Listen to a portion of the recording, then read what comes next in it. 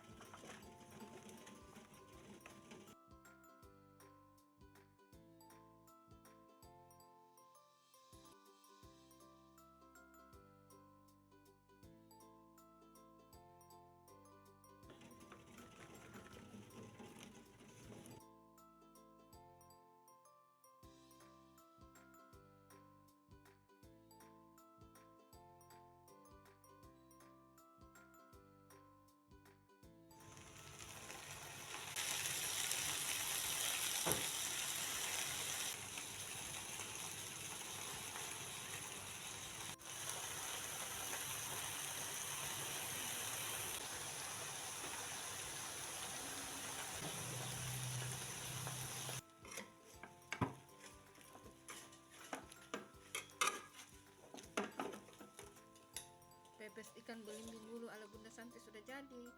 Nah, ini dia hasilnya. Silahkan mencoba resepnya. Semoga bermanfaat.